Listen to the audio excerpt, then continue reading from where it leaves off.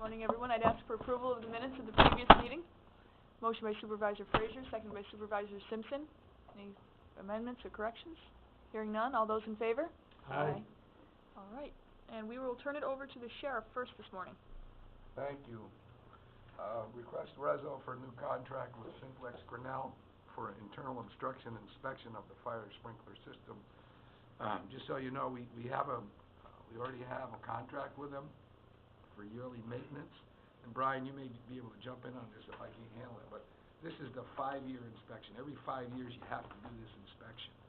And the price is $1,588. It's a more thorough inspection, so that's what it's for. Motion by Supervisor Gerard. Do we have a second? Supervisor Brock? We'll give it to Mr. Brock. Any questions for the sheriff? Hearing none, all those in favor?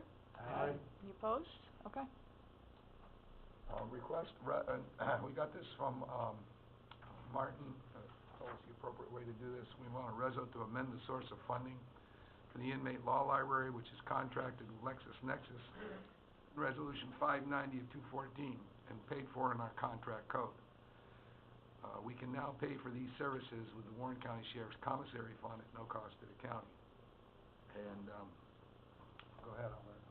All right, we have a motion to proceed with that. Supervisor Siebert, seconded by Supervisor Frazier. Any discussion? Other than just to say, awesome. I was so excited to see this agenda and see this on there, and maybe you could just describe a little bit for I'll let everyone. the captain, and all it has to do with the Commission of Corrections changing their rules. They're finally making some rules in favor of counties, finally. This is a good one. Mike, explain to him what this ruling says. Standards for that govern our operations were changed to provide access instead of providing an actual law library system. So since the county has a Supreme Court library, now their interpretation is that inmates could access that, and anything over and above providing it in-house would be considered over and above that standard and would be a suitable payment through the inmate commissary funds that have to go through welfare and rehabilitation. So in other words, Rachel, if we didn't buy this system, we certainly got the free Supreme Court library, but that's manpower.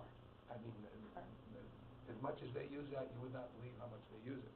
So we'd be spending lots of overtime and man hours bringing them over here. And, Mike, let them know what that inmate account is from, how we garner it, and let them know how much is in the balance of it. Those minimum standards also cover the sheriff. At the sheriff's discretion, he can establish a commissary. Our commissary sells food items, clothing items, and miscellaneous personal care items.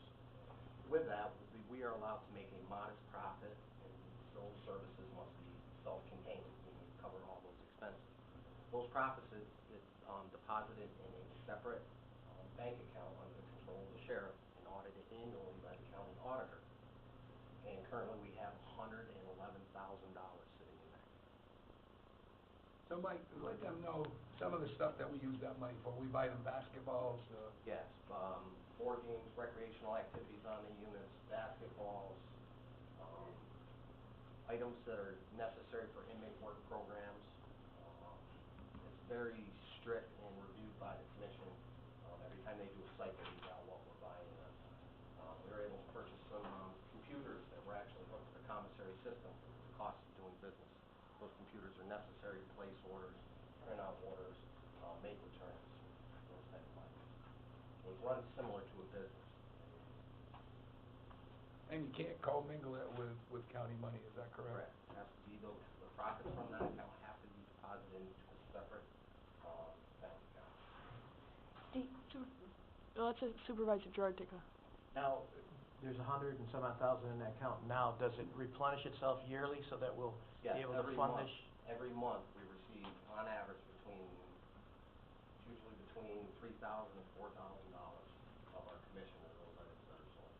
And what was our LexisNexis cost? $40,000. We'll be able, in other words, so We won't have to take that out of this year we will not have to take that out of our code. So is it going to be self-sustaining? It should be. it should. It should be, yeah. We manage it carefully, and we've managed it carefully. So we're excited about it. finally found something that the Corrections Commission is doing for counties. You know, the state is constantly passing all these mandates down, but this is one that can help, you know, and as Mike said, we have bought some computers in the past, and it is checked by the auditor, we keep track of it. There's only, how many people can sign those checks, Mike? You? Me, 2 lieutenants, a sheriff and undersheriff. Okay, so.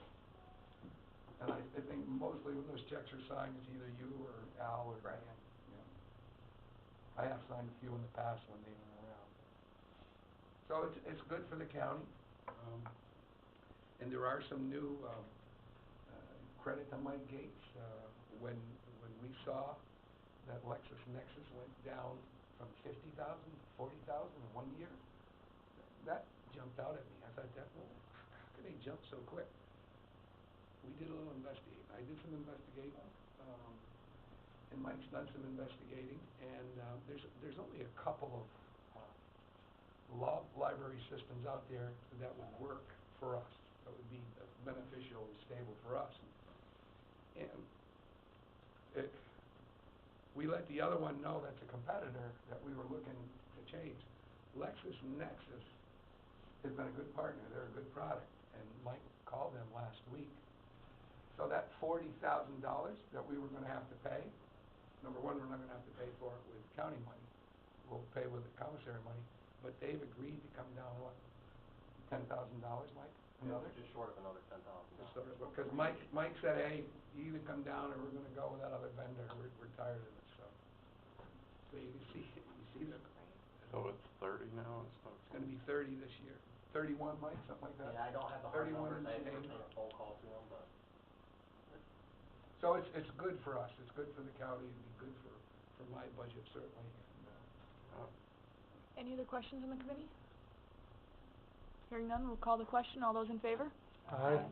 Any opposed? Okay. just to let you know, we filled 4 positions in corrections. We have 1 resignation going to the state docs, he's going up. 1 termination, didn't get through the probationary period. 2 promotions. Impact of the budget is a $36,360 savings. One last item, Madam Chair. Just for those of you who don't know, I just want to let you know, you go to the back page of, the very back page, I just wanted the committee to know that the Sheriff's Association had their yearly meeting, and I was again elected to the executive committee, so it's something I thought I'd let you folks know. And that's it for me. All right, well, congratulations, Sheriff, and thank you very much. Thank you. Thank you, Brian. Thank you, Amy.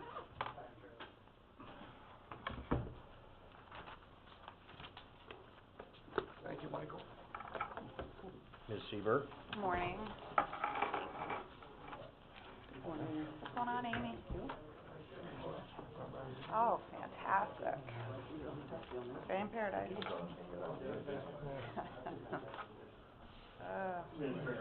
Brian? Thank you. I have mine, Brian, so I can... No? You want a couple just that you Yeah. like? She collects paper. We're going paper with them, no? I know.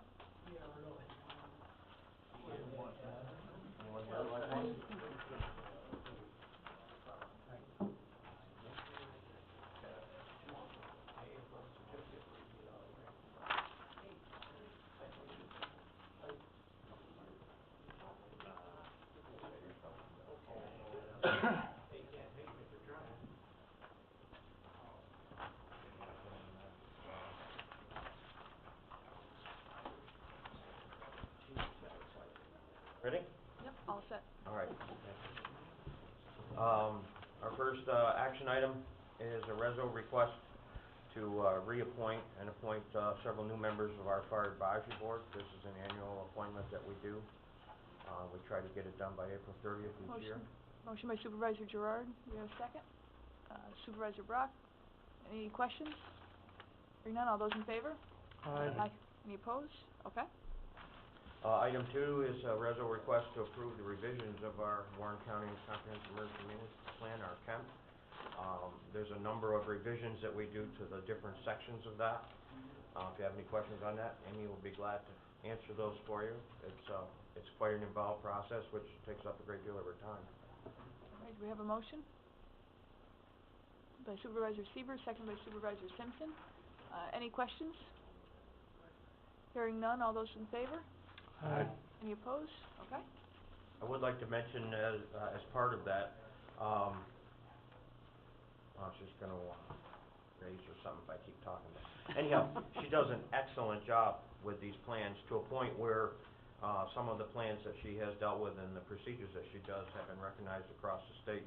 Our stuff is being utilized as an example. A number of counties are duplicating or plagiarizing our stuff, but we've actually been asked to provide stuff to go out statewide, so kudos to Amy for the work that she does on those. Very good. Resolution request to establish a capital project account. This is for the hazard mitigation grant program. This is the mechanics behind the financing and how that's gonna be dealt with.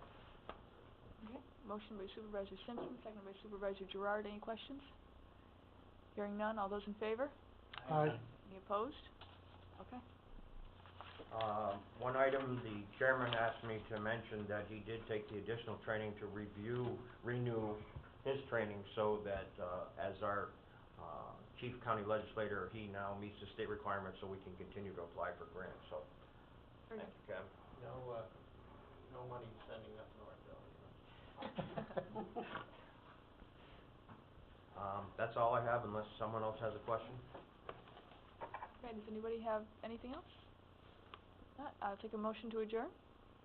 Supervisor Frazier, seconded by Supervisor Gerard. All those in favor?